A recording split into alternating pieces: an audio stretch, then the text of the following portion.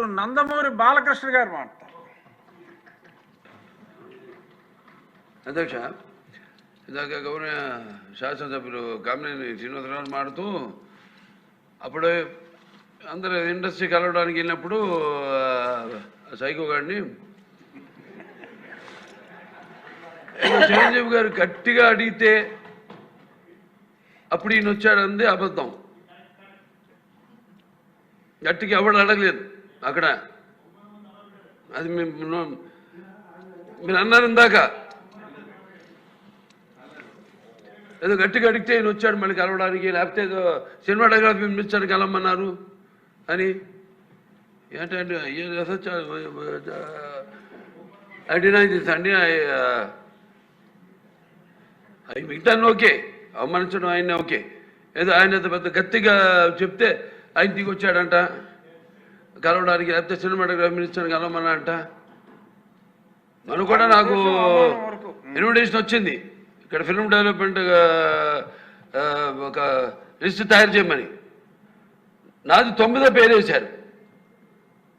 అది ఎవరో ఈయన నేను అడిగాను కూడా, దుర్గేష్ గారిని కూడా అడిగాను, గౌరవ సినిమాటోగ్రఫీ మంత్రివర్యులు కూడా అడిగాను నేను, ఎవడో అడిగేసిందని.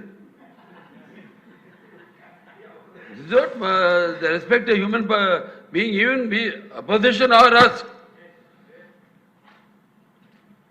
9వ పేరు వేశారు. ఇదే అదేదో గట్టిగా ఎవడు అడిగాడు, గట్టిగా అడిగితే పంపించారు లోపలికి, వచ్చాడు ఈడు కలవడానికి. Sorry, I want to clarify this. No, very good. Balakrishna గారు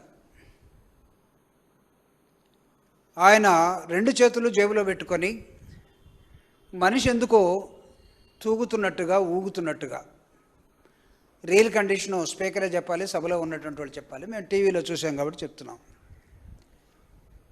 అతనికి మనసులో అనేకమైన బాధలు ఉండొచ్చు.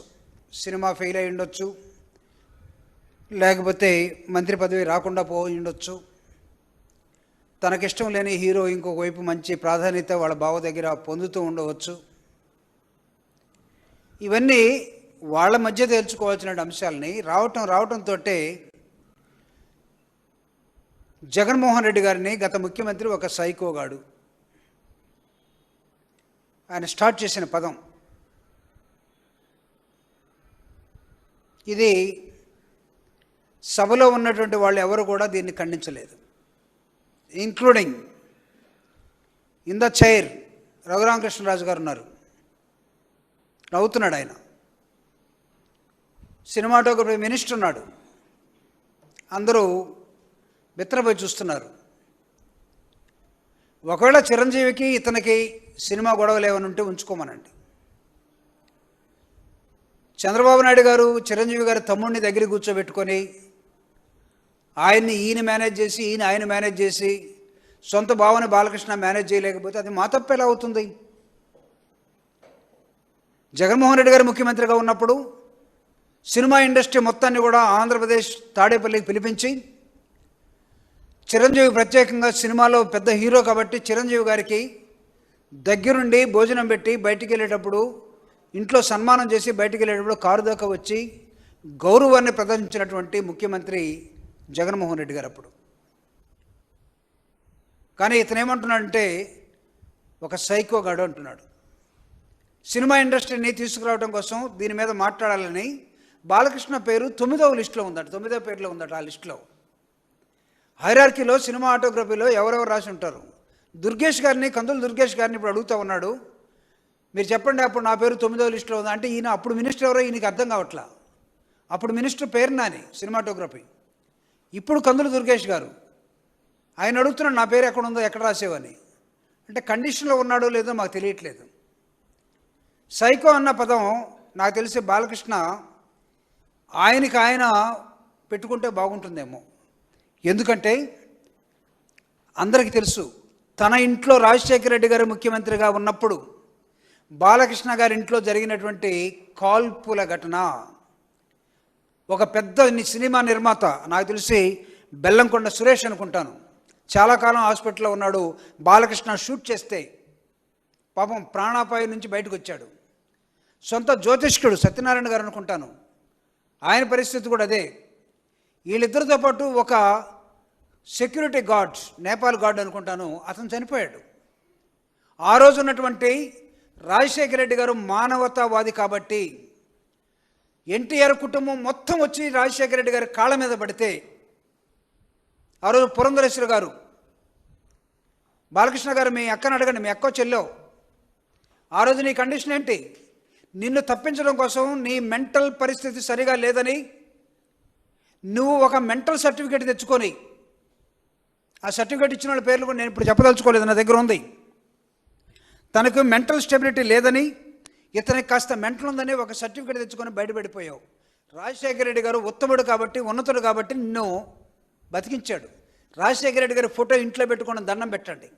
ఆయన కొడుకుని జగన్మోహన్ రెడ్డి గారిని సైకో అంటే నిన్ను కాదు కదా, సినిమాల వరకు తీసుకో. నువ్వు ఎలాంటివాడో తెలుసు. హీరోలు కథ రాసేవాడు ఒకడు, పాటలు పాడేవాడు రాసేవాడు ఒకడు, పాడేవాడు ఒకడు, ఫోటోగ్రఫీ తీసేవాడు ఒకడు. ప్రజలు వాళ్ళు సంపాదించుకున్న డబ్బులతోటి మీలాంటి ఆ పనికి మాలిన బ్యాచ్ అంతా కూడా హీరోలు అయిపోయి తర్వాత ఎమ్మెల్యేలు అయిపోయారు. Don't think that you are great. ఎక్కడి నుంచో ఊడిపడామనుకోండి, అనుకోబాకండి.